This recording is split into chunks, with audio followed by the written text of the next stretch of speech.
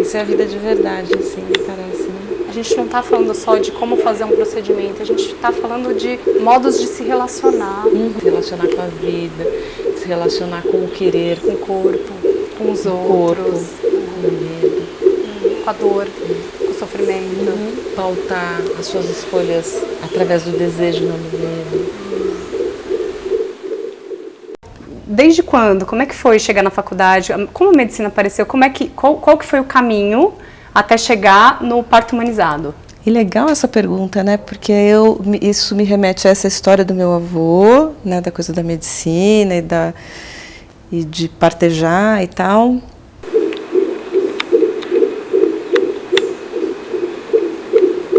Entre uma contração e outra, no hospital, no meu primeiro parto, eu conheci uma mulher e essa mulher segurou na minha mão e me ajudou o quanto pôde a percorrer esse processo. Ela é a Betina, médica obstetra, é pioneira do parto humanizado e hoje vai conversar aqui com a gente, contar tudo que ela faz. Bom, eu fiquei super feliz quando você me escreveu ontem, me convidando para fazer essa entrevista.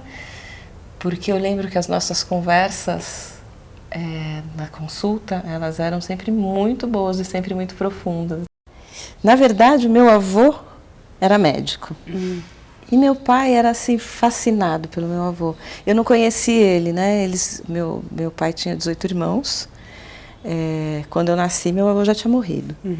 E aí, mas eu cresci ouvindo meu pai contar essas histórias do meu avô, que ele era médico numa cidade interior, lá no sul do Brasil. E... Aonde que era? Bagé. E aí... Ele sempre contava uma história que... Porque é isso, né? Médico na cidade interior faz tudo, inclusive ele era parteiro, ele que fazia os partos da cidade. Ele contava uma história assim, ele era super católico, né? Meu avô, família...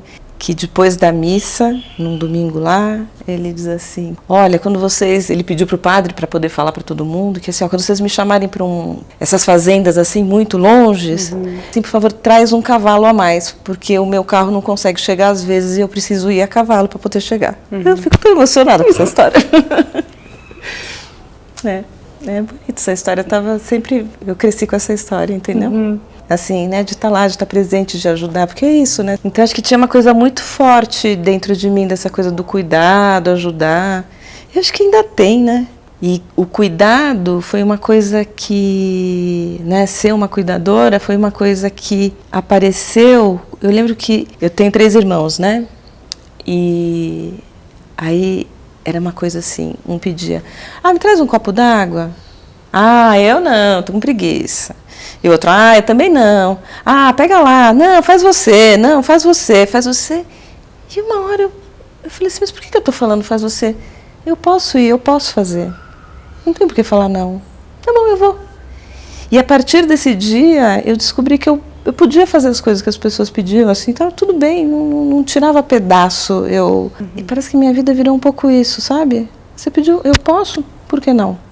Né? Então eu acho que vem um pouco desses 2 lugares, né? Foi uma super descoberta para mim, assim, sabe? Saber que eu posso ajudar, não faz mal ajudar.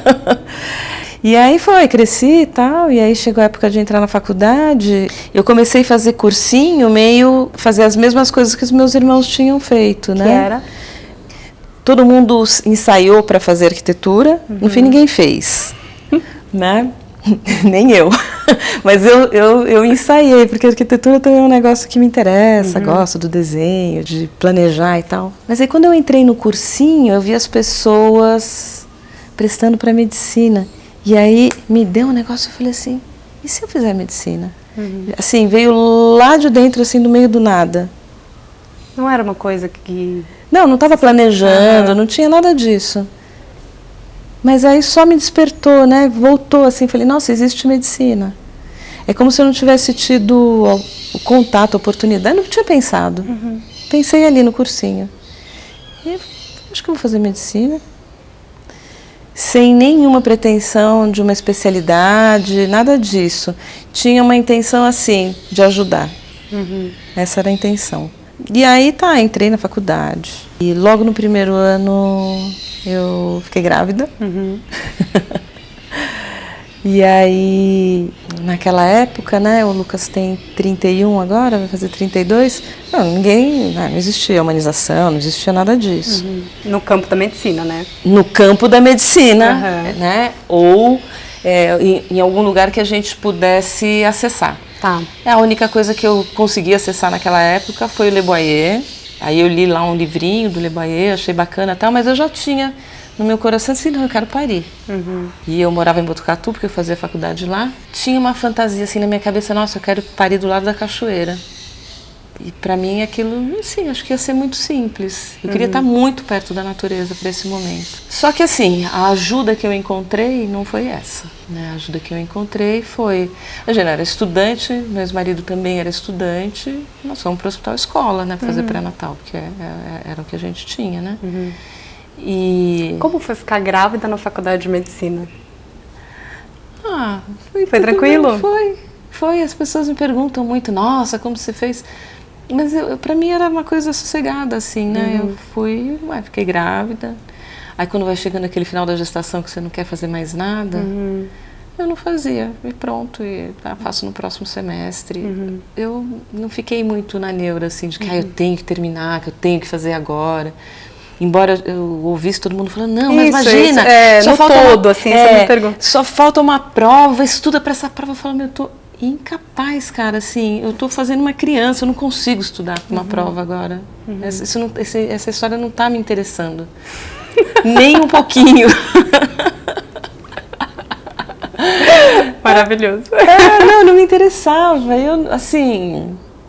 nem sentia culpa, eu falo, eu faço depois, não sei o que tá todo mundo com pressa aí, tá bom, tem tempo para fazer depois. Bom, foi isso. Procurei essa ajuda, que era o que a gente tinha possibilidade, né, que era de fazer o pré-natal no hospital escola. Estava acompanhando com um médico lá, que era uma pessoa muito bacana, tudo, mas assim, sem essa noção da humanização, pelo menos naquela época, né. Para resumir, acabei numa cesárea com todos os requintes de crueldade.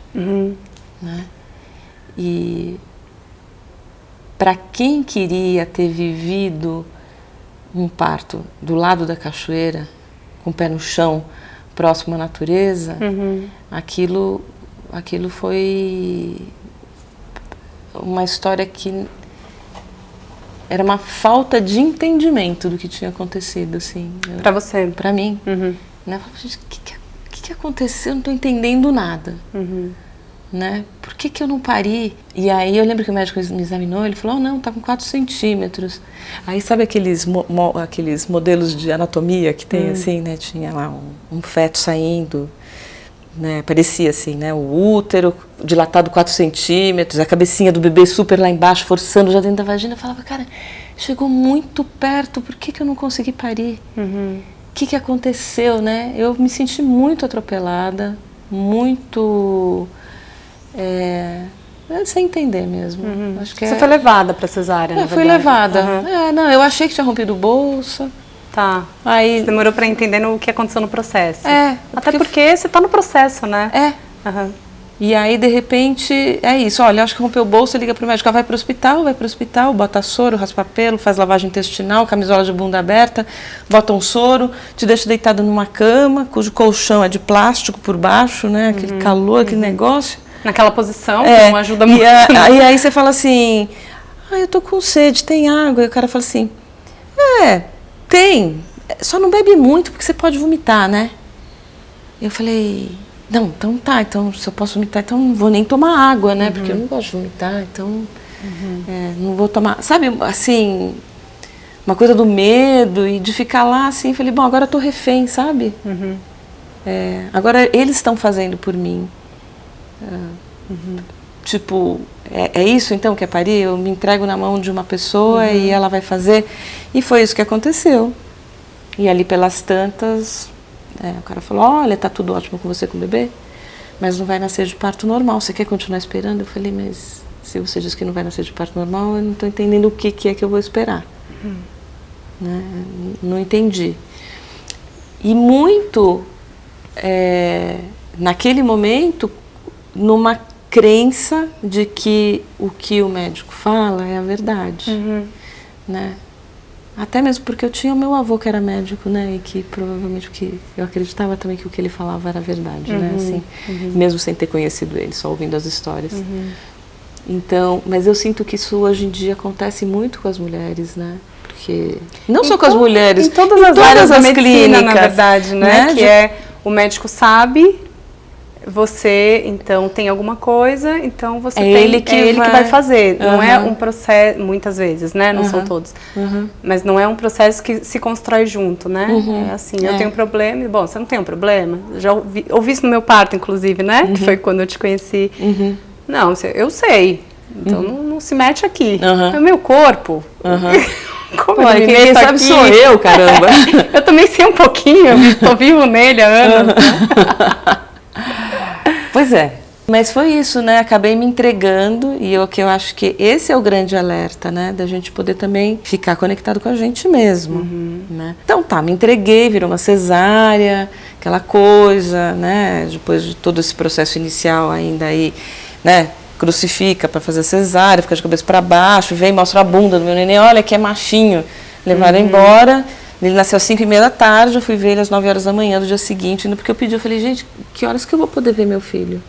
Né? Assim, ainda, assim, numa inocência mesmo, de acreditar que tudo aquilo que estava acontecendo era necessário, né? Bom, então não preciso falar que quando eu engravidei do segundo, assim, eu chorei muito, muitas vezes depois desse parto, né? Nada deu errado, foi tudo bem, a cirurgia, tecnicamente falando, foi ótimo, todos sobrevivemos, né? Mas emocionalmente, afetivamente, não. E você sabia por que estava sofrendo? Não. Eu sabia, assim, que eu estava muito triste porque eu não tinha tido um parto normal. Mas eu não conseguia... Era uma coisa... Captar a dimensão, as sutilezas, o que era ali. Mas eu consegui perceber assim, eu falei, da próxima vez ninguém me pega. E veio intuitivamente assim, ninguém vai me pegar da próxima vez. Muito forte. Então quando eu engravidei do segundo filho... Que foi? O Daniel. O primeiro é o Lucas, né? Aí o segundo é o Dan. Aí eu tava do primeiro pro segundo ano da faculdade. Aí eu com essa frase fui muito atrás, comecei a buscar alguém que pudesse me acompanhar do jeito que eu queria. Aí eu entendi que não podia ser qualquer pessoa. Como foi essa busca? Primeiro, não foi nenhuma busca. Primeiro foi assim, eu não vou em médico nenhum. Não vou começar a fazer pré-natal. Não confio em mim, não vou fazer nada.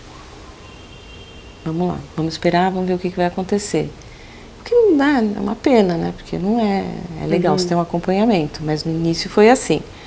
Aí, no meio da gestação, eu falei, putz, deixa eu fazer uma consulta qualquer aí, fazer uns examinhos, mas assim, tipo, não acreditando muito nessa pessoa que eu ia procurar. Naquela época, meu ex-marido estava fazendo um curso de homeopatia e lá ele conheceu... Ele era médico. Ele era médico também. Era recém-formado, ele tinha acabado de se formar quando o segundo... O primeiro filho, nós dois éramos estudantes, no segundo ele... tinha começado a fazer residência, né? Ele conheceu esse médico, que era um cara que fazia parto em casa e tal. Eu falei... Lá de Botucatu? Não, de Campinas. De Campinas. Comecei a fazer o pré-natal com ele. E assim, ele segurou a onda, né? Sou hipertensa, né? Então eu ficava bem hipertensa nas gestações. Ele super segurou a onda, né? Com 42 semanas. Em casa? Ele não queria que fosse em casa porque a cesárea era muito recente. Tá. Né? Mas eu queria que fosse em casa. Então, quando ele falava que não, pra mim entrava por aqui e saía por ali. Tipo, não escutei. E quando eu comecei a ter as contrações, nossa, foi muito louco, cara, porque eu não quis falar nem pro meu ex-marido. Falei pra ninguém. Fiquei na minha, só olhando o rádio-relógio. A ver a cada quanto tempo que vinham as contrações, né? Aquelas de comecinho, fase latente, tipo meia-noite deve ter começado, e aí veio outra, e outra, e outra, e outra, e outra, e outra. Aí eu lembro que uma hora eu dei uma cochilada e passaram 20 minutos. Eu falei, nossa, eu não posso dormir. Tem que ficar acordada. Com contração? Com contração. Cochilando? É. Mas eu falei, não vou dormir, eu vou ficar de olho, não pode passar 20 minutos, esse negócio tem que engatar. E aí foi indo, sei lá, umas 3 da manhã eu já comecei, né? Aí já não dava mais pra ficar na cama, vai pro banheiro, volta no banheiro, vai pro banheiro, volta no banheiro, vai pra sala, vai pra cozinha, ajoelha na sala, volta. E aí meu marido acordou, ele falou, e aí, tá tudo bem? Eu falei, tô em trabalho de parto, e eu já tava super segura, estou em trabalho de parto, tá tudo bem. E tava super de boa. Aí eu tinha um livro. Já estava estudando GO? Já tinha passado por algum estágio, alguma coisa? Não, ainda tava fase anatomia. Tava no segundo ano, histologia, nada ainda. Mundo micro, né? Mundo micro, total. Não tinha nada, não sabia nada. Mas eu tinha um livro que tinha alguns depoimentos da Sheila Kissinger. Então tinha alguns depoimentos de parto. E eu já tinha lido. E eu, na hora ali do trabalho de parto, entre uma e outra, depois que meu marido acordou, a gente pôs um abajur no quarto, porque eu estava tudo isso no escuro. Não estava nem, assim, sabe, parecia um bicho mesmo, assim, tipo, não vou acender a luz, não vou avisar ninguém, e me deixa em paz parindo aqui. Aí eu lembro que eu peguei esse livro, eu li um depoimento, mas logo começou a ficar super forte, assim. Aí acho que era umas 5 da manhã, aí eu falei pro meu marido, eu falei, olha, acho que pode avisar o Adailton que... Tá na hora. A gente não tinha telefone, né? Imagina, meu sonho de consumo era ter uma máquina de lavar roupa nessa época. Não tinha telefone. E aí, meu ex-marido foi chamar a minha sogra para ficar com o filho mais velho e avisar o médico. Ele voltou com a sogra para casa. E aí ela...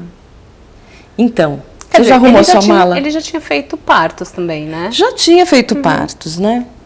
Mas aí veio a sogra, entendeu? Se a sogra não tivesse vindo...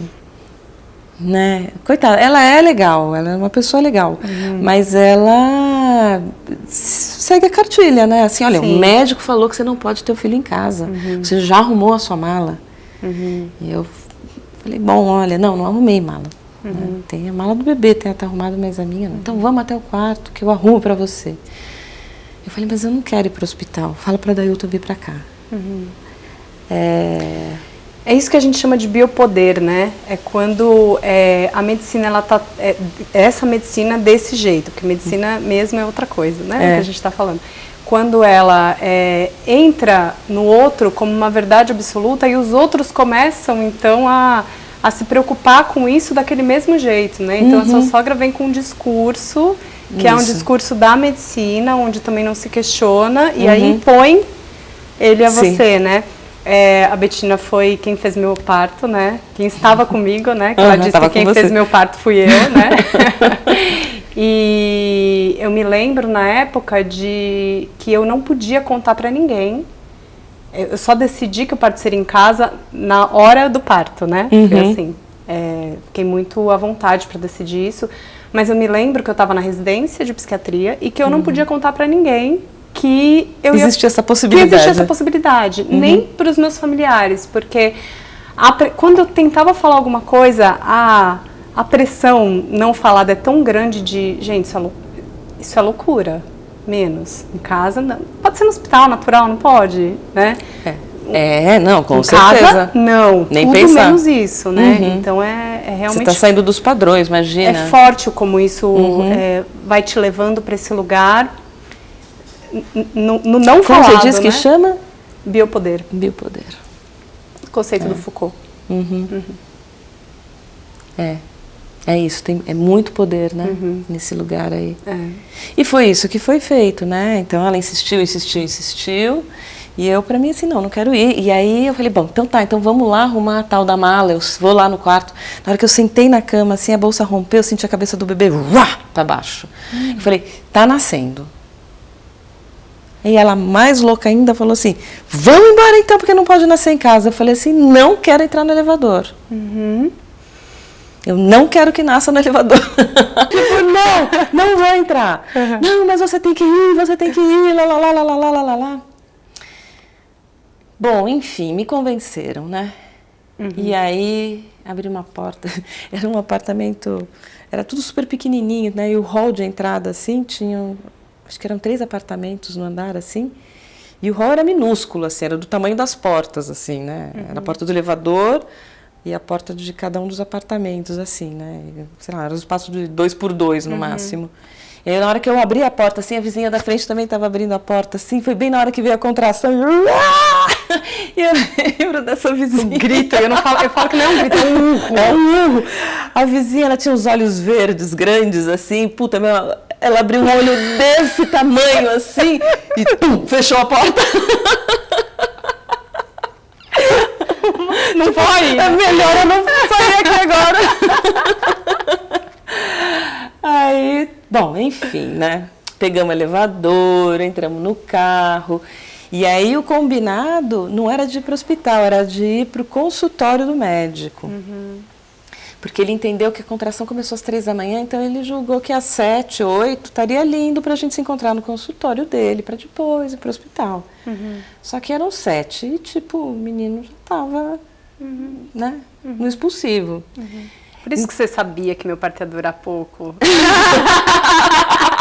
Teve uma identificação aí. Eu falei assim, bem, eu tava pensando em comprar uma piscina, né? Não compra, não vai dar tempo de encher. Você lembra? Eu nem sei porque eu falei isso. Porque na Duda já tinha sido 6 horas. Ah. Aí você falou, não compra. Não vai dar tempo de encher.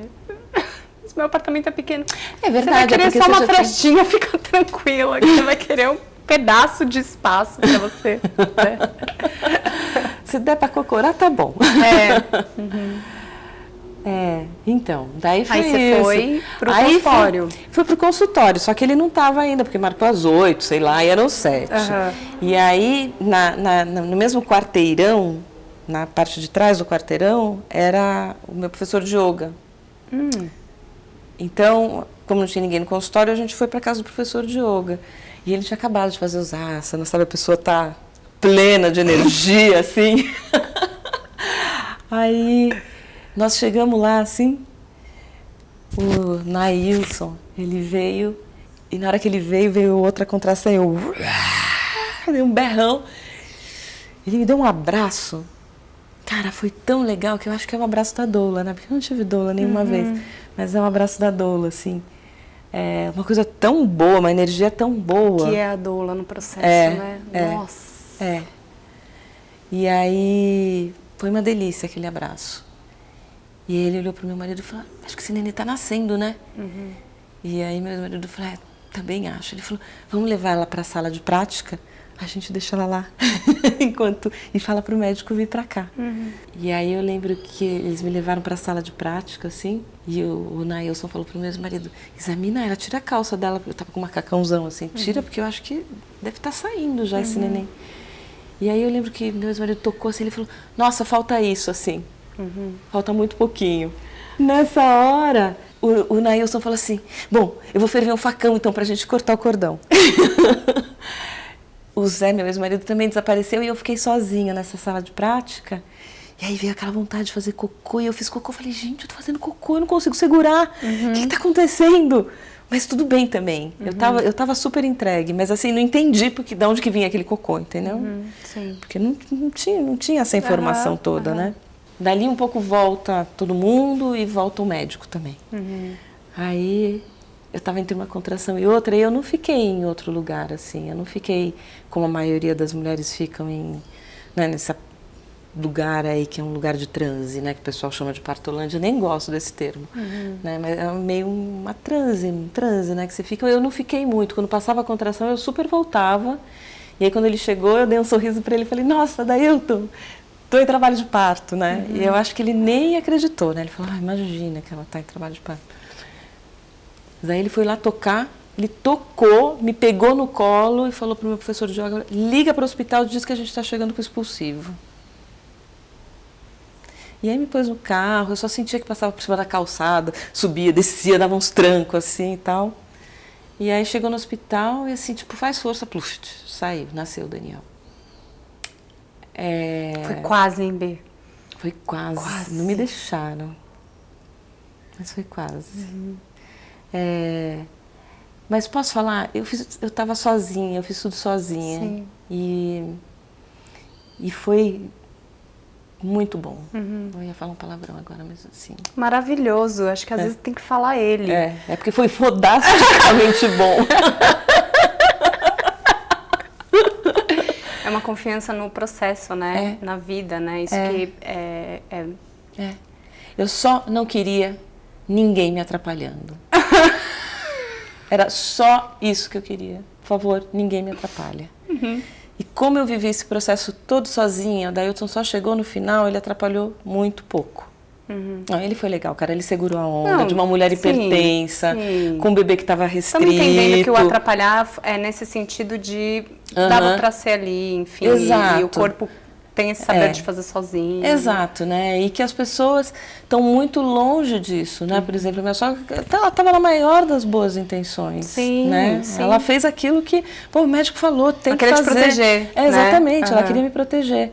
Só que eu estava muito certa de que estava tudo bem, sabe? Assim, eu estava, tá rolando, tá tudo certo, né? É assim, tipo, eu lembro quando eu falei pro meu ex-marido chamar o Adailton, que eram 5 da manhã, aí ele falou assim, vamos esperar amanhecer, né? Deixar ficar de dia para não acordar ele no meio da noite. Eu falei, chama a hora que você quiser, tá tudo bem, eu só tô avisando que eu tô em trabalho de parto, para mim tá tudo bem. Não, se ele não viesse, estava tudo bem também. Tô entendendo. Né? Então, eu acho que esse lugar é um lugar importante, sabe? De você acessar lá na hora do parto, mas também não é uma escolha. Sim. Não é uma escolha racional, né? Isso acontece. E aí, eu sinto que quando eu falo com as mulheres durante o pré-natal, eu tento de alguma forma falar para elas entenderem, não com o intelecto, porque com o intelecto elas entendem, né? Todo mundo entende com o intelecto. Mas é cair a ficha, é entender aqui assim, ó. Né? Aquela sensação de que, é isso. Não tem explicação. É um entendimento. Né? Que é essa coisa de se submeter às forças da natureza. Né? A gente fala super de empoderamento, mas o empoderamento, ele não está no processo do parto. O processo do parto, na minha visão, ele é um processo de total submissão às forças da natureza. Né? É se deixar atravessar por aquilo que a vida te traz. Né? Num grau de intensidade muito grande. E que é um pouco o que é a vida, né? Porque a gente se deixa atravessar pela vida, né? Não tem outro jeito, a vida atravessa a gente. Como que você... Aonde que você tá e como você encara esse atravessamento, né? Aonde você se coloca, né? Exato. Assim. Eu acho que foi essa experiência para mim, né? Que eu vivi de entrega mesmo. De entrega à vida. E aí, assim, mesmo tendo andado de carro, tendo entrado numa casa, entrado no hospital, saído, pegou o elevador estava quebrado, lembro que foi um rolo, assim, mas eu tava comigo. Então, quando as pessoas falam, porque esse transporte, né, ir até o hospital na hora do trabalho de parto, com contração, se você estiver com você mesmo, meio que tanto faz, tá parindo, entendeu? Tá bom, se você puder ficar no seu canto, vai ser melhor, mas também se não puder, também não é. Não. Qual que é o melhor lugar para você se conectar com esse saber de você, de que é só relaxar que a coisa vai acontecendo, né? Não importa em volta, cara, é você com você. Entendeu? Essa que é a história. É a gente com a gente mesmo. Eu tenho a honra e a alegria de, além de ser médica e conseguir ouvir isso a partir desse lugar de ter sido... sou paciente, né? Então tem duas coisas muito fortes que ficaram pra mim, assim, depois do parto. Uma foi... Porque uma coisa é você ler, outra coisa é a ficha cair, né? Que aí cai todas as células, né?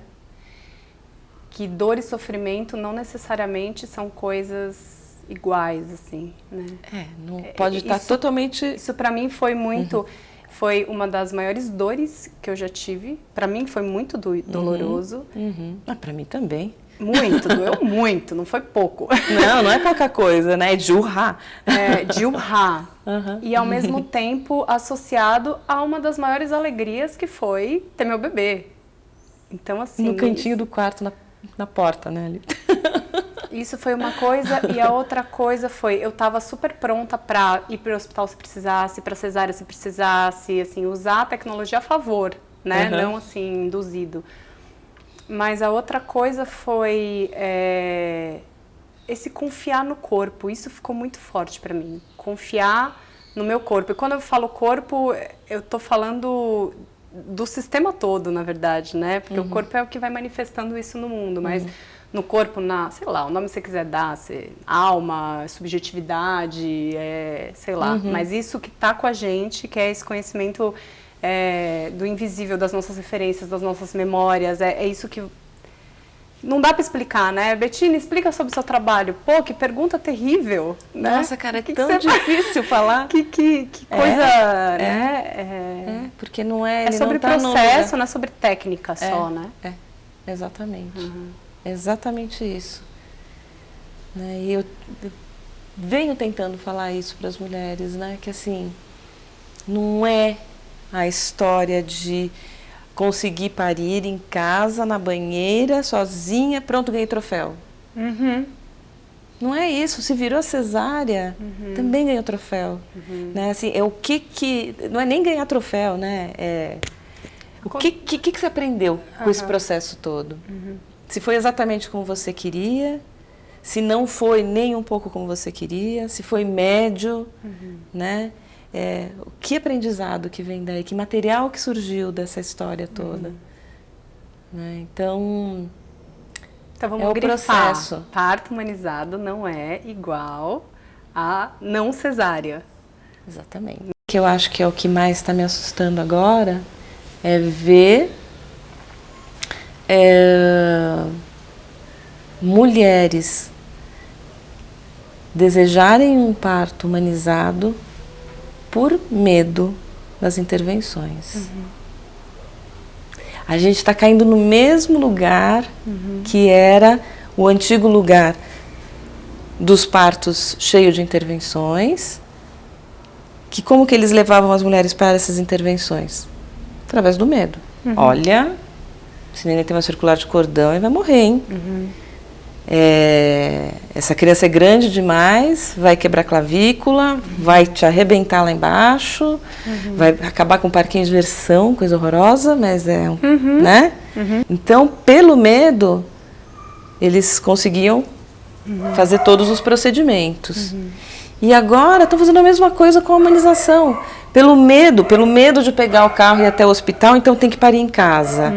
Ou o medo da ocitocina, o medo da posição ginecológica. Assim, eu não acho que a posição ginecológica é sensacional e não acho que ela é péssima. Porque tem alguns casos que é a posição que resolve. Às vezes é a posição ginecológica que vai resolver, né? Então não é para ter pânico disso.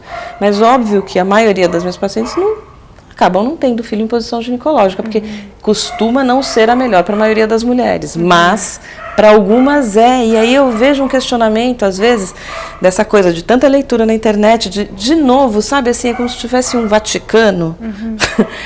Né? Tudo vira igreja, né? Tudo vira igreja no final, né? Porque é a lei, né? Porque o que fez a igreja? A igreja controlou os fiéis através do medo. E está se fazendo de novo a mesma coisa. Agora não é a igreja, agora é a medicina que controla os pacientes através do medo. Olha, mas isso, pode virar aquilo, pode virar aquele outro, pode não sei o que lá. As pessoas falam, então não, né? Então... Ou o contrário, você está dizendo. Agora é o contrário. Agora primeiro bateu na trave do lado de lá. Agora está batendo na trave do lado de cá. Olha, não pode fazer nada, hein? Porque senão vai ser um horror. Né? Então, assim, cara... Não é nem isso, nem aquilo. De novo, tá todo mundo com medo. Eu vejo as mulheres... Não, eu não quero tomar analgesia porque disseram que faz mal pro bebê. Cara, quem disse que faz mal pro bebê tomar analgesia?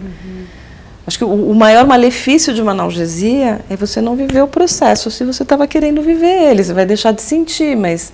Putz, tudo bem, né? Se essa foi a sua possibilidade, é isso. Então, eu acho que a gente precisava... ficar num lugar de maior liberdade, né? De maior escuta com o nosso próprio corpo. E talvez seja aí que o médico possa auxiliar, né? Ou a parteira, ou enfim, quem estiver no processo, que é saber aonde usar a técnica, porque saber a técnica é muito fácil. A clínica é saber quando usar que técnica. Exatamente. Né? Que aí não é 1 mais 1 igual a 2. Isso. E eu acho que é essa coisa, né? Porque às vezes o protocolo talvez dissesse, olha, nesse caso você tem que fazer isso. Às vezes, nesse caso, você olha e fala, mas acho que no seu caso, eu acho que não precisa. É outra coisa. É outra coisa, no seu é diferente. Né? E tem essa coisa da subjetividade, né? Não dá pra dizer que não tem, cara. Por que às vezes, eu acho que para uma paciente tá com 41 semanas e 4 dias, eu falo, não, tudo bem, espera. E para outra com 41 eu falo, ai, não sei, hein? Vamos começar a induzir? Porque vem uma sensação que é aquilo que você estava falando no começo, né? Que é a história de ter a experiência, né? A experiência de ter vivido isso muitas vezes. E eu não sei, né? Tem um outro campo que a ciência está muito longe de saber o que é isso. Que é um outro sentir. É engraçado como isso vai aparecendo com o tempo que você vai fazendo clínica, né? Sim. Quando você sai da faculdade, você tem todas as regras na ponta da língua, você sabe todas as condutas, o que faz, como não faz, os últimos estudos, etc e tal. Tá bom. Mas você não tem experiência. E aí eu lembro quando eu estava recém-formada, que eu pensava assim, ai, esses médicos velhos aí não sabem mais nada, né? Eles ficam aí.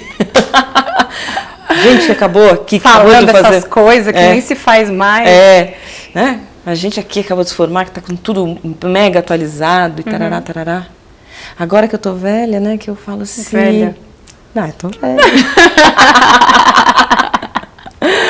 Agora faz quase 30 anos que eu faço esse negócio, faz tempo, faz né? Tempo. Faz tempo.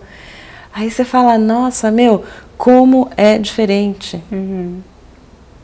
Como é diferente. Essa conduta ultra mega power atualizada, às vezes você fala assim, mas sabe que tinha uma coisinha que a gente fazia lá antigamente que eu acho que nesse caso aqui vai ser melhor.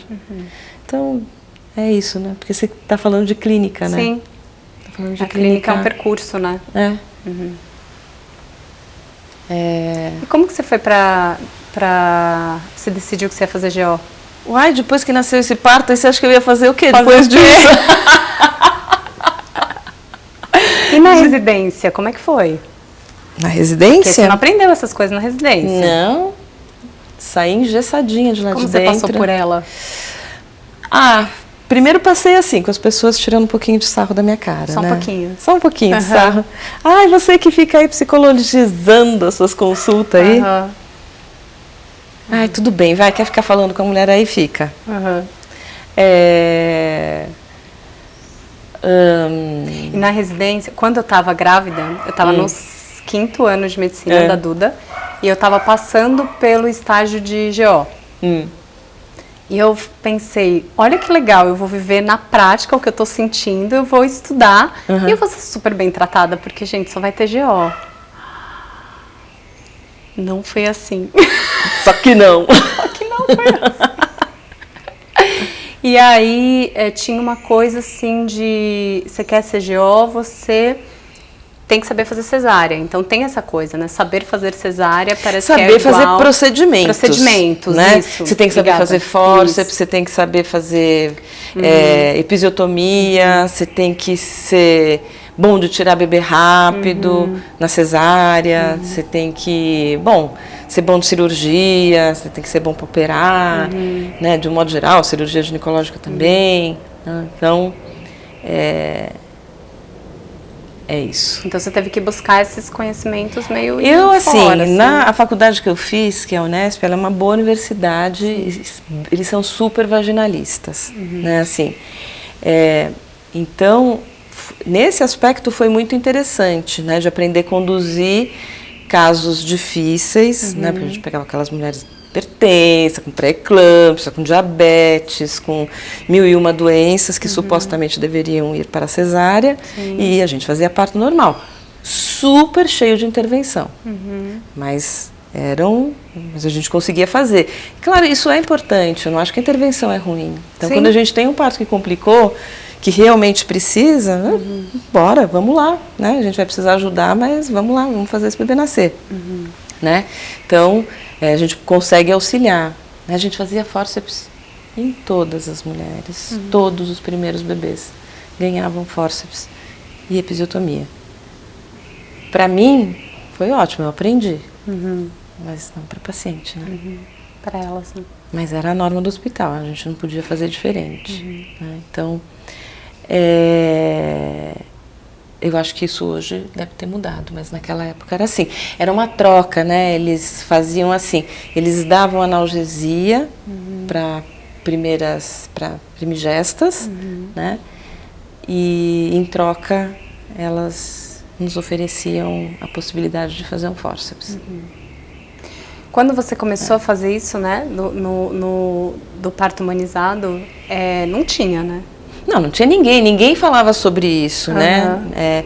Não existia escola, não existia nada. O que existia era assim, né? Umas pessoas que faziam parto de cócoras e acabou a história aí, né? Quais foram suas principais referências, assim, fora da medicina, que você acha que foram te auxiliando a chegar nesse lugar que você está hoje, assim? Puta, cara, meus filhos. As minhas histórias, os meus partos. O que você viveu com eles? O que eu vivi com eles foi o que... Sabe quando você me contou da sua experiência também? Sim. Com a sua clínica agora? É bem isso, é o que eu vivi, porque não tinha referência do lado de fora. O primeiro parto domiciliar que eu acompanhei, eu estava no R3, faltava assim uns 6 meses para terminar o R3, e aí uma moça que era conhecida minha, ela começou a fazer o pré-natal comigo e tal, dentro da faculdade, né? Que a gente chamava de pré-natal particuloide. Então, às vezes a gente tinha um lá que a gente acompanhava como se fosse particular. E aí eu fui acompanhando essa moça, e um dia ela teve que ir para a enfermaria, porque ela foi fazer um exame de urina e tal. Ela falou assim, é até bom, né, eu entrar no hospital, porque eu não gosto de hospital, eu nunca entro em hospital. Vai ser bom para eu ir me ambientando, né, porque afinal de contas o bebê vai nascer no hospital. Eu olhei para ela e falei assim, você não gosta? Você já pensou ter parto em casa? E essa menina também foi fodona, né, porque ela falou assim, não? Pode?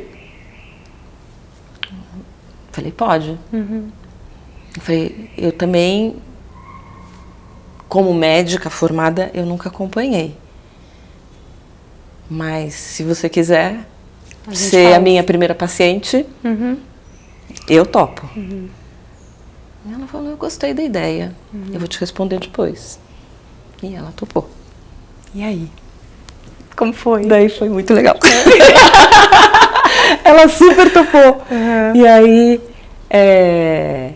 São nossos professores, né? São, cara. Total. Nossa, imagina se ela não topasse. Não sei quem que ia ser a próxima, né? Ela topou e aí, aí montamos tudo, né? Aí eu comecei a pensar, lista de materiais, o que eu tenho que levar para um parto domiciliar. Aí começo a fazer uma lista, aspirador para o bebê, material de intubação, ocitocina, soro, ergotamina, material de sutura, fio, tudo, pensei em tudo, compressa, campo para o bebê, um fórceps, levei um fórceps, comprei um fórceps também. Preciso de uma pediatra também. Aí comecei a assuntar com o pessoal, aí tinha uma... Tava que nem seu avô, fazendo a malinha. Antigamente os médicos usavam aquela malinha, né? Que iam em casa. Só faltou o cavalo. Só faltou o cavalo. Aí procurei uma pediatra, tinha a Saskia lá de Botucatu, que era uma moça que atendia no pronto-socorro e que era mais aberta e que tinha uma visão um pouco diferente, assim, né, dos outros. Eu falei, talvez ela tope. E ela topou. Daí arrumamos todo o material, fomos fazer reunião de departamento, né? Eu fui fazer reunião de departamento na GO e depois na pediatria, né? Pedindo autorização. Eu falei, olha, vai ter um dia que eu vou ter que sair para esse parto, que eu vou faltar na residência, que eu vou faltar para ir nesse parto. Então, estou pedindo autorização para isso e estou pedindo a retaguarda de vocês, né? Se tiver alguma coisa, se eu posso trazer a paciente para cá, né? Como foi recebido? Foi bem recebido. A Marilza, que era... Não sei se ela ainda é a chefe lá da Unesp. Ela tinha uma cabeça super aberta, assim, né? E ela, né? Sim. Assim, embora seja super alopata, etc e tal, ela estava bem aberta para esse tipo de coisa. Enfim, e eles toparam e o pessoal da pediatria também topou. E aí ela... Tudo certo, tudo organizado, e ela me liga um dia. Acho que rompeu a bolsa. Falei, ai, que legal, que ótimo, é hoje, então, e tal. Então, que cor que tá o líquido? Verde. Pô, tem que ter mecônio no meu primeiro parto em casa. Putz, grila. Aí eu falei, bom, assim, eu fiz coisas que hoje eu não faria mais, né? Eu induzi o parto, porque tinha mecônio. Eu induzi o parto em casa com ocitocina. A cabeça do bebê estava mal posicionada e eu fiz um fórceps no final. Fiz um monte de intervenção. Mas eu estava assim, tipo, saindo daquele gesso onde eu tinha... Segura dentro, porque é isso, a gente precisa estar seguro dentro da nossa clínica, com as ferramentas que a gente tem naquele momento, né? Exatamente. Então, tá. Fui lá, o bebê nasceu, mas só puxei a cabeça, aí... Foi em casa, né? Foi em casa, então por isso que eu tô falando, que foi tudo isso foi em casa. Hoje eu não faria mais, né? Assim, de induzir um parto com mecônio em casa, né? Porque a gente sabe que parto em casa é para ser o parto que é liso, que não tem nenhuma... Tem indicação, né? Tem indicação. Mas naquele momento é isso, né? Eu também nem era... Tava aprendendo. Tava aprendendo também, né? Mas claro que tudo super dentro da segurança. Tava em Botucatu, tava... Com um hospital de retaguarda. Com o hospital de retaguarda. Tava 5 minutos do hospital, tava tudo muito fácil, muito simples, né? Enfim, né? Não é uma coisa que eu faria hoje em dia aqui em São Paulo, né? Porque aqui, quando a gente está perto, a gente está meia hora do hospital. Essa é uma coisa muito falada pelas pessoas, assim, não vou ter parto em casa porque nunca acontece nada, mas vai que acontece. Aí, então é de novo pelo medo.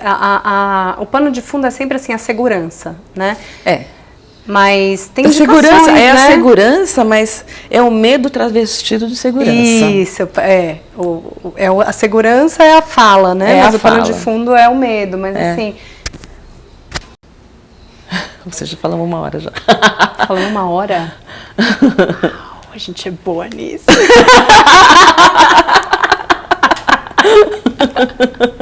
Acho que eu vou começar a chamar a Betina para fazer as entrevistas comigo. Uai, vamos? Vamos. Vai ser mais interessante do que eu ficar falando de doença. Não? Mas é isso que eu estava falando, né? Da segurança. Da segurança, mas não era... É que se fala muito de não ter o parto em casa por conta da distância, né? De estar em São Paulo, eu estava falando disso. Não é nem isso, mas é a coisa de assim, olha, pode ser que não aconteça nada, tudo bem, mas e se acontecer? Mas assim, por isso que existe pré-natal, por isso que existem as indicações, por isso que você está lá junto. Exatamente, tem uma não é um parto de... desassistido, né? Não é um parto desassistido. Quer dizer, quando a gente vai para casa da paciente... A gente tem tudo, se o bebê nascer separado, a gente tem tudo igual que tem no hospital. Se der um chabu, né? Porque se eu tô enxergando que começou a ficar meio esquisito, vamos para o hospital. Claro, né? Eu não vou ser boba de ficar em casa. Tem parâmetros na hora e tem parâmetros anteriores do processo. Sim, mas é na hora, né? Porque às vezes quando tá tudo bem, Aí só nos resta saber se o parto também vai ser um parto de baixo risco.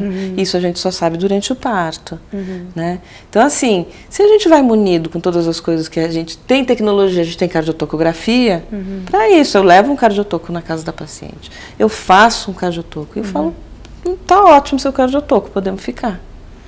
Né? Então não é que eu fico assim, tipo, olha, não escuto o coração do bebê e fico lá só. Não, eu estou usando a tecnologia para me respaldar de que está tudo bem. E se eu achar em algum momento, olha, aqui começa a ter uma chance maior de não estar tudo bem, a gente vai para o hospital e está tudo bem, a gente continua lá e tudo bem. Eu prefiro chegar no hospital e falar, ó, nem precisava ter vindo, né? Do que ir para o hospital e falar, ou não ir para o hospital e falar, nossa, eu tinha que ter ido, né? Então, eu acho que aí também vai da experiência. Isso também é experiência, de saber qual é a hora de sair. Você acha que o parto é necessariamente um procedimento do campo da medicina? Não. Não. Eu acho que é um campo da área, talvez da área de saúde, né? Eu não acho que é médico, enfermeira faz parto. Taxista faz parto, bombeiro faz parto. É da área dos taxistas, Uber. Essas pessoas todas precisam saber fazer, né? Como proceder nesse momento, né? Eu percebo que, assim, o nosso campo, ele se apropria de coisas da saúde que, de fato, são importantes, é o que a gente quer estudar, é com o que a gente quer mexer, mas esses partos eram feitos por parteiras antes, né? E o que vai me incomodando muito, assim, dentro da nossa área é que a medicina vai se apropriando de alguns saberes para conhecer, que de fato é interessante, mas vai chegando um momento em que ela vai querendo pegar aquilo para ela e dizer, isso é só meu, só eu faço. Né? Esquecendo de que, assim, em algum momento ela não existia e tinham pessoas que faziam esses partos. Esses conhecimentos eram de mulheres, de povos ancestrais, de lugares, né? Isso vem Sim, mulheres que acompanhavam mulheres, né? Sim. E é aí a medicina se apropriou disso. Não, isso agora é nosso campo, aqui ninguém mais põe a mão. Porque não pode proibir, né? Proíbe, né? Porque tem crianças que nascem. E na hora que eles chamam, a criança já nasceu. Outro dia eu estava atendendo e de repente tocou o telefone assim, Betina nasceu. Eu falei, oi, quem tá falando? Nasceu quem? Onde? Que hora? Que lugar? Alô? Situa, quem que tá falando? E aí era um pai que tinha acabado de mandar uma mensagem, mandou uma mensagem. Que ele falou, ela tá começando a ter umas contraçõezinhas agora, sei lá, assim, ele mandou 19h40. Aí 19h41 ele mandou outra mensagem, falou, olha, acho que rompeu a bolsa. Às 19h42 ele ligou, nasceu. Uau! Tipo isso, entendeu? Comum não é. Sim. Mas acontece. E aí o que você quer que eu faça? Não posso ir na casa dessa paciente? Como que eu não vou acompanhar? Não vai deitar a placenta? O que eu faço? Deixo ela sozinha, abandono? E não tem hospital em todos os lugares do Brasil não. Também. E não é nem sobre isso. Não, não é disso que a gente está falando, né? Então, mas assim, proibir seria chegar nesse lugar, né? De eu não posso ir dar assistência a uma paciente que me diz assim, bom, eu tô sentindo a cabeça do bebê aqui, não consigo sair. Parece que, não sei, mas a impressão que eu tenho é que as pessoas acham que o parto sempre foi no hospital. As pessoas acham. Mas faz muito pouco tempo que o parto migrou para o hospital. Isso. Né? Faz pouquíssimo tempo. E você tem ideia de quando foi que esse movimento começa a ficar mais... Porque assim, se eu for pensar na minha avó, por exemplo, ela não teve, parto foi em casa. Meu pai, todos os 18 irmãos dele nasceram em casa, né? Que é uma isso, geração muito próxima. Eles têm 92 anos, né? Então... E agora parece que está tendo um movimento das pessoas contrário de tentar... bom, o parto foi todo para o hospital e agora muitas pessoas querendo retornar, né? De volta para casa, assim, né? Eu posso dizer até que eu estimulo um pouco. Sim, né? Só um pouquinho, né, Bê? Coisa pequena, negócio. Porque eu acho que faz parte desse trabalho Eu acho que a parte maior do meu trabalho, vamos dizer assim, é mostrar para as mulheres a simplicidade do processo. Apesar de intenso, ele é simples, na imensa maioria dos casos. Isso não significa que a mulher vai parir sozinha na casa dela, porque tem caso que não dá certo. Né? Então tem aí uma pequena porcentagem que vai precisar de alguma ajuda, que vai virar cesárea, que vai precisar de, sei lá, uma anestesia, um fósforo, de ocitocina, enfim, vai precisar de alguma coisa. Mas é uma pequena porcentagem. Então tá, não estou falando que não precisa de um acompanhamento, que não necessariamente precisa ser de um médico, pode ser de uma enfermeira, de uma obstetriz, né? Eu não entendia o que a doula fazia, vou ser muito sincera, sempre fui super a favor, tal, mas eu falava, gente, mas tá, a psiquiatra, né? Acompanhamento psicológico? Já faço minha análise. O que é esse acompanhamento? Ela foi assim, foi com a Celine, né? Maravilhosa. Ela foi, não sei te explicar, assim, só você passando pela experiência de ter do lado para você entender o que faz, porque é de um auxílio nisso que eu chamo de o esforço do relaxamento, porque é um esforço de relaxar, né? Relaxa que seu corpo vai sabendo para onde ir. Parece que o tempo todo você... na verdade, eu acho que a história da doula, e não é só a doula, né? Todo mundo que está ali, né? Tem que estar desse jeito, mas você estar com alguém que acredita em você. É como se essa pessoa validasse o processo. Validasse. Tá indo, vai, continua. Pode ir, tá tudo certo. Como eu te falei, né? Eu vivi os meus processos sem doula. Era eu comigo mesma. Mas acho que talvez tivesse sido gostoso. Sim. Eu não sei, porque eu não tive. Foi muito. Foi muito. É meio uma mãe, assim, né? E tem uma massagem, um negócio, não sei explicar, um jeito que diminui muito a dor da contração, assim, foi muito diferente com o ICEM pra mim. O meu primeiro parto, né, que foi terrível. Já tinha ido atrás de um médico que pudesse me acompanhar, que estivesse disposto a me acompanhar num parto normal. Porque tem essa coisa entre os GOs, né? Eles falam assim, não, eu não vou fazer parto normal porque eu quero ter vida.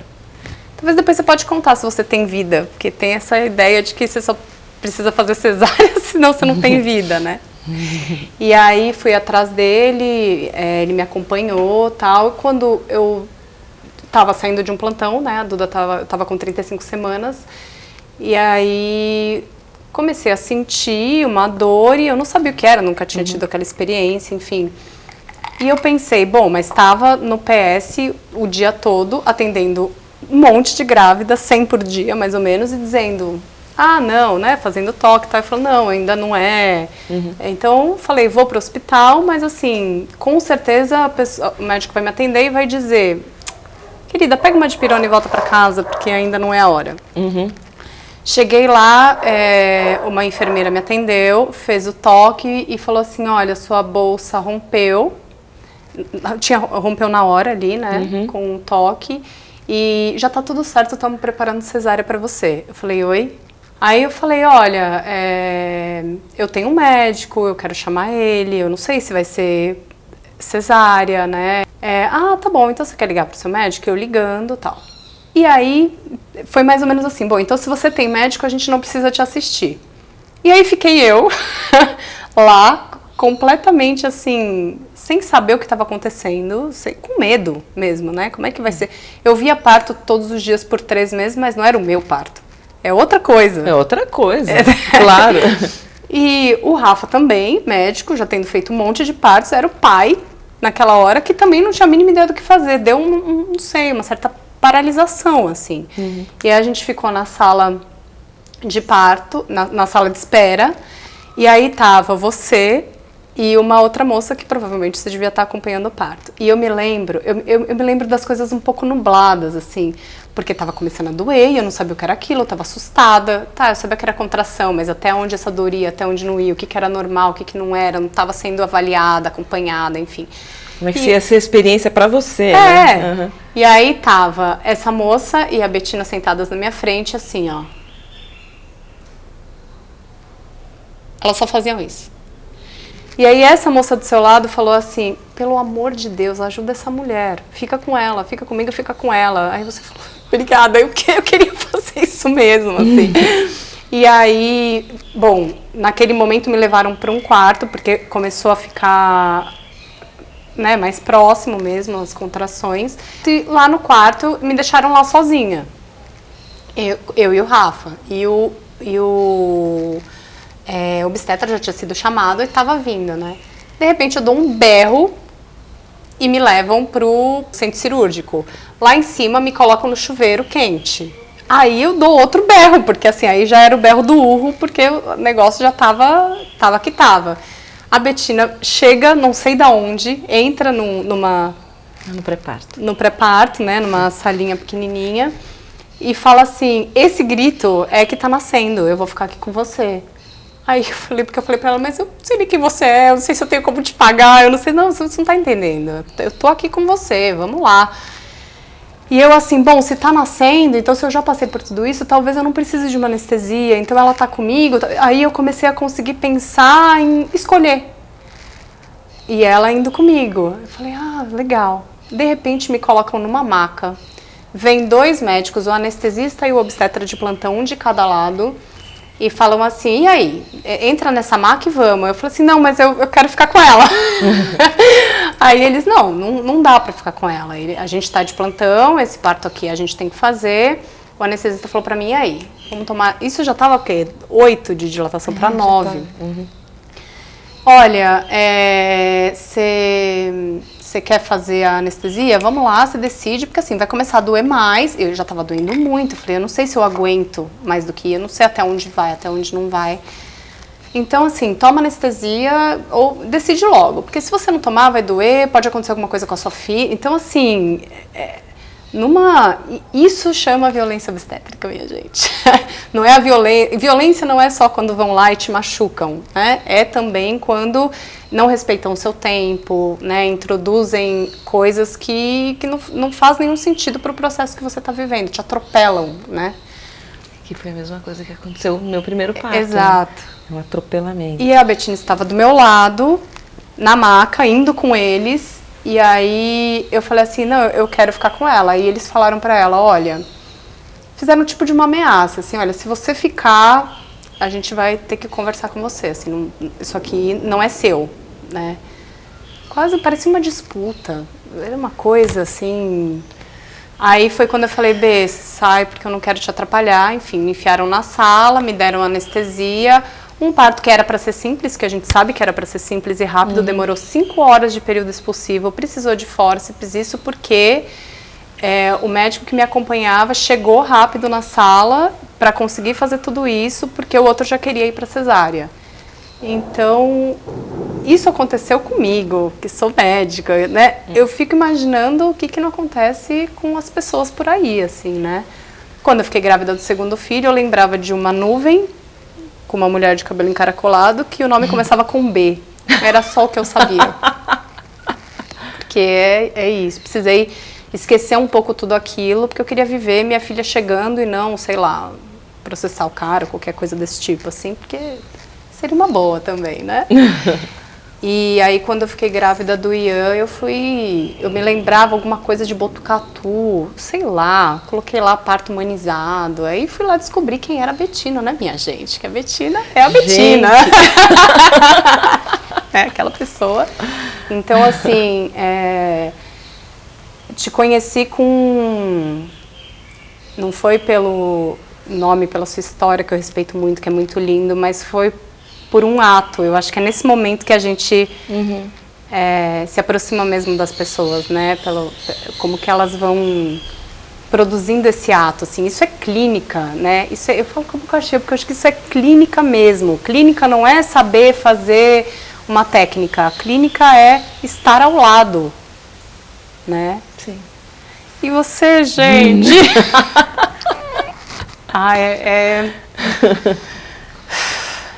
Forte, assim, foi muito lindo. Uma coisa que eu acho muito legal de falar, assim, é que o parto em casa com o Ian, ele não foi só o processo, o procedimento e tal. E eu te contei isso, né? ele mudou a nossa relação com as pessoas do nosso prédio. Você lembra disso? Ai, conta. Como é que foi? A gente ficava muito preocupado em como é que ia ser se as pessoas ficassem ouvindo meus berros no parto, né? E se fosse de madrugada, como é que ia ser isso? E o que começou a acontecer é que depois que eu tive o Ian, as pessoas do meu prédio, porque hoje em São Paulo é assim, a gente mora em prédios e a gente não sabe quem é o nosso vizinho, e a gente fala no máximo oi, tchau no elevador, né? Aquele oi tímido, né? Nem olha no olho. Oi. Né? E as pessoas começaram a ir na minha casa, levar bolinho, levar cartinha, levar florzinha e falar bem-vindo pro Ian. Ai, gente, isso não é? É assim a vida, né? É. Isso é a vida de verdade, assim, me parece, né? Ultrapassa muito só. A gente não está falando só de como fazer um procedimento, a gente está falando de modos de se relacionar. Isso é muito forte. Isso é foda, né? Se relacionar, em todos os aspectos, né? De se relacionar com a vida, de se relacionar com o querer, com o nosso desejo. Com o corpo, com os com outros. O corpo, com o medo. Com a dor, com o sofrimento. É muita coisa. Pautar as suas escolhas através do desejo, não do medo. Descobrir que desejo é esse, né? Descobrir o desejo, que não é o esse desejo encontro com o desejo. Que o mundo põe em você, mas qual que é? Então, é apenas disso que a gente está falando. Só disso. Queria te agradecer muito por você ter aceitado assim, fazer essa conversa. Estou muito, muito feliz, emocionada e honrada mesmo. Eu também estou muito feliz que você veio aqui, que foi uma delícia.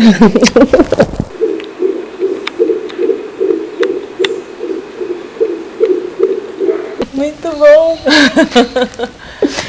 Queria te mostrar uma coisa. Mostra.